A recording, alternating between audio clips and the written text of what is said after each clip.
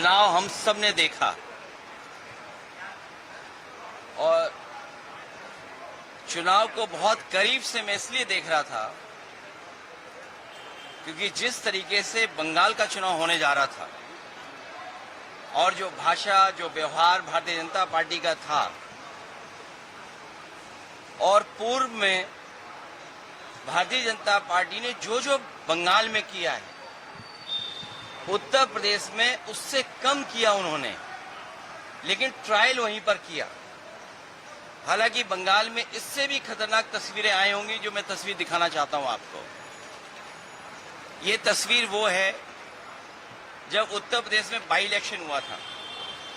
Forces को लगा करके लोगों को वोट रोका गया, वोट नहीं डालने दिया और चिन्हित कर करके कि कौन सा वोटर समाजवादी पार्टी का है उसको वोट डालने नहीं दिया जाएगा।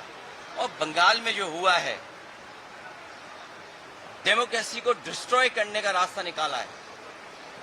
इतना लोकतंत्र को, डेमोक्रेसी को डैमेज किसी ने नहीं पहुंचाया होगा जितना भारतीय जनता पार्टी ने पहुंचाया। भारतीय जनता पार्टी की आंखों में दीदी खटकती हैं। भारतीय जनता पार्टी की आंखों में दीदी खटकती हैं इसलिए क्योंकि वो आधी आबादी का प्रतिनिधित्व करती हैं। भारतीय जनता पार्टी सामंती सोच की है। इनके संगी साथी पुरुषवादी लोग हैं। ये कभी भी नारी को और महिला को बढ़ते हुए नहीं देख सकते और ये हम लोगों ने पूर्व में भी देखा है। याद कीजिए, राजस्थान में एक पूर्व मुख्यमंत्री को इन्होंने मुख्यमंत्री नहीं बनने दिया और दिल्ली में भी अगर कोई मुख्यमंत्री बना है तो वो आधी अधूरी मुख्यमंत्री हैं। यहां पर मतदान हुआ जरूर है, लेकिन लोगों ने अपनी इच्छा से कम दबाव में ज्यादा मतदान किया है। इतनी नफरत भरी नकारात्मक राजनीति, जहर घुली हुई राजनीति भारतीय जनता पार्टी बंगाल में करेगी, ये कभी किसी ने सोचा नहीं था। जितने भी इनके स्टेटमेंट्स हैं, जितने भी इनकी लीडरशिप है, आप देख लीजिए क्या। और ये तो एक तस्वीर दिखाई थी मैंने आपको।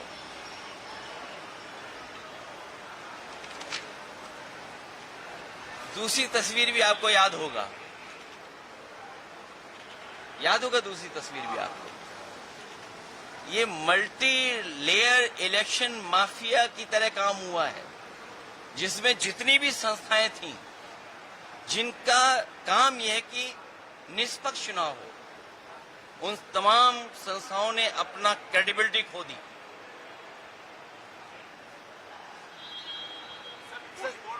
देखा जा रहा है जगह जगह पे और कई सारी घटनाएं देखने को मिली हैं। हालांकि दावा ये किया जा रहा था कि चुनाव के बाद ऐसी कोई स्थिति उत्पन्न नहीं होगी।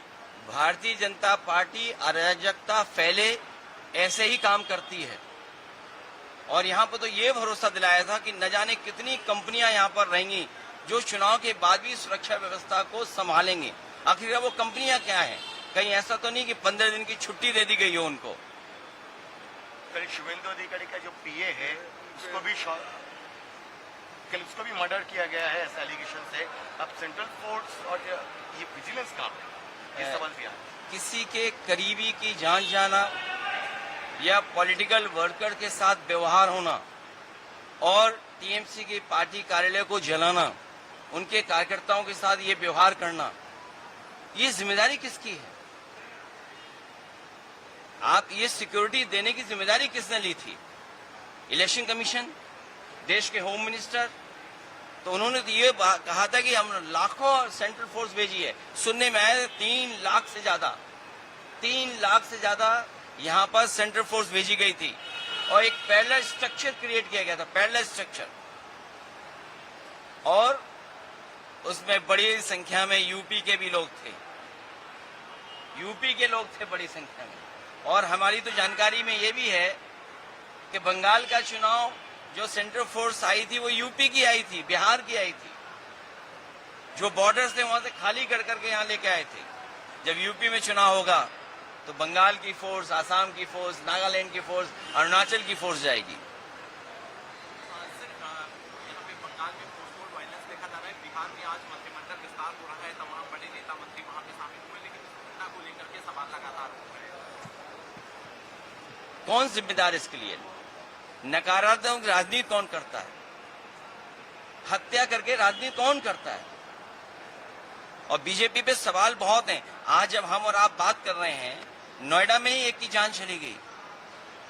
नोएडा में एक भाई अपना पूछ रहा है कि मैं आखिरकार जान कैसे गई उसकी। सोचिए, भाई की जान ले ली गई। कौन है जिम्मेदार उसके लिए? कौन है जिम्मेदार उसके लिए? आप तो यूपी से आए हो। नोएडा में अभी एक भाई की हत्या कर दी गई। कल गाजियाबाद में बैंक डकैती हो गई। कौन है जिम्मेदार उसके लिए? सर ऑपरेशन लेकिन लोकतंत्र को इतना लूटा किसी की सरकार में नहीं गया।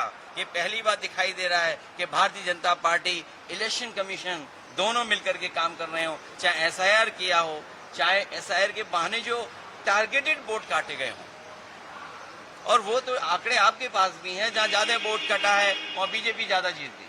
ममता बनर्जी ने कहा है कि हम इंडिया गठबंधन को मजबूत करेंगे और अब लड़ाई सड़कों पर होगी। इसीलिए मैं दीदी से मिलने आया हूं।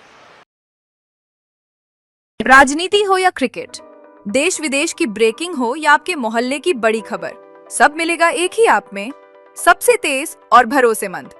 अभी डाउनलोड करें दैनिक भास्कर डिजिटल।